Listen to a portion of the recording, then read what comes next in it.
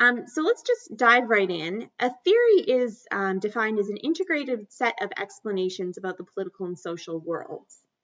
So essentially, we're usually interested in discovering what the relationship is between two things or between two concepts. And so what we do in political science, we use the scientific method in order to test those theories. And this often involves figuring out if one thing causes the other thing. And so here's some terms, new terms, independent variable and dependent variable. So essentially, the dependent variable thing is kind of the outcome that you're trying to figure out what the cause of this particular outcome is. And the easy way to remember this is that the dependent variable it will depend on the independent variable. So let's give some examples. So our independent variable here is higher wealth or wealth. Our dependent variable is better quality of democracy. So we could make a hypothesis that higher wealth will lead to, this is your mechanism right here, a better quality of democracy, which means that the quality of democracy depends on the level of wealth in a country. Another example, we could hypothesize that proportional representation causes higher voter turnout. So in this case, voter turnout depends on the electoral system, which in this case is proportional representation that we're testing. So final example, the greater amount of political donations, our independent variable, means you'll have a winning campaign. So your campaign, whether you win or not, depends, at least in part, on whether you have more money. So that's always the easy way to know which is the independent variable and which is the dependent variable. So we know, like, the first thing, it would be kind of weird to say that the amount of donations depends on whether you win your campaign, because you don't know if you win your campaign when you're getting all your donations. It makes more sense that your campaign depends on how much money you get. Okay, so we talked about hypotheses in the last class, and those are predictions about the relationship between two concepts. And sometimes it helps to use this particular prompt in order to write your hypothesis.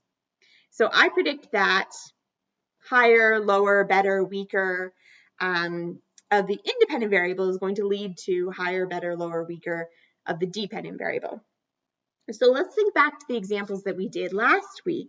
So I predict that more exercise, so exercise being the independent variable, will lead to higher heart rate. So your heart rate depends on the independent variable, meaning exercise. Or the last example, that more knowledge of an electoral reform proposal, which is your independent variable, will lead to greater support for it. So the support depends on the knowledge. And so you can just take this I predict that off, and then you have a beautiful little hypothesis. Just one sentence that says, here's the relationship that I expect to exist between these variables. And we can evaluate our hypotheses according to some principles. So first of all, there should be a relationship between two variables. And we're going to talk a little bit about that later on when we look at some examples. There should usually be a comparison between the values of the independent variables. So if your independent variable there's no differences between it, like it's, there's no yes or no, or there's no scale, then you can't really test its effect, right? If it's, it's like being human leads to higher voter turnout. Well, yeah, because you kind of have to be a human. Dogs don't vote. Whereas you could say, like, being a female human leads to higher voter turnout. Okay, well, that gender can actually be a different value, say, of the independent variable. If possible, it should state the direction. So like here, we that I think that wealth is going to lead to democracy, not that democracy will lead to wealth.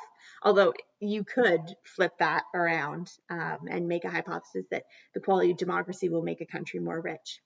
But you should have an idea of what direction that's going in, and it should be something that's testable, something that's you can observe and test and measure in the real world.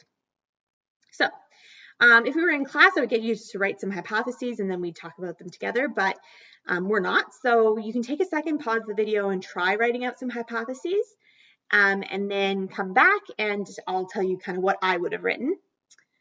So if you're back now, it's always awkward when you're like Go away and come back.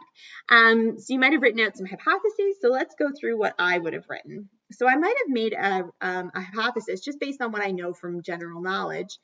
I might have said that I predict that women, so my independent variable, will be more likely to support a national childcare policy. Okay, so is it a relationship? Yes, we're looking at a relationship between gender and support for childcare policy.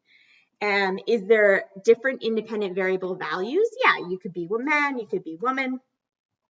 Do I think that there's a direction? Yes, I think gender comes before support for national childcare policies, pretty obviously. And is it testable? Well, yeah, I could ask people if they're men or women, and then I could ask them about their level of support for national childcare policies. So that's where I would make a hypothesis here. Age and political party membership. I might say that younger voters or younger citizens have lower rates of party membership. So I know that young people tend not to join political parties in the same way anymore. And so I could say that that would be my hypothesis. So in this case, age, I'm saying that it's a lower age will mean lower party membership. So is there a relationship? Yes, age and party membership. Is it a comparison? Yes, age can go up, age can go down. Is there a direction? Yes, I believe age comes first. And then is it testable? Yeah, I could ask people how old they are and whether they're a member of a party, or I could get a political party to give me all of their records of who is a member. They definitely wouldn't, but, and then look at their birth dates. All right, so last one, bike lanes and neighborhood pollution. So I predict that more bike lanes in a city would lead to lower rates of pollution, because we know that if you're riding a bicycle, then there's less of a chance that you're driving a car, which means, you know, you are not emitting as much carbon dioxide. Is it dioxide? Carbon, yeah, dioxide. Anyways, so I make this hypothesis. It states a relationship between bike lanes and neighborhood pollution. You can have bike lanes, you can have more bike lanes, less bike lanes. I believe the direction is that you install the bike lanes to reduce the pollution, and that you could test it by taking a look at a whole bunch of different cities and whether or not they had bike lanes and their levels of pollution.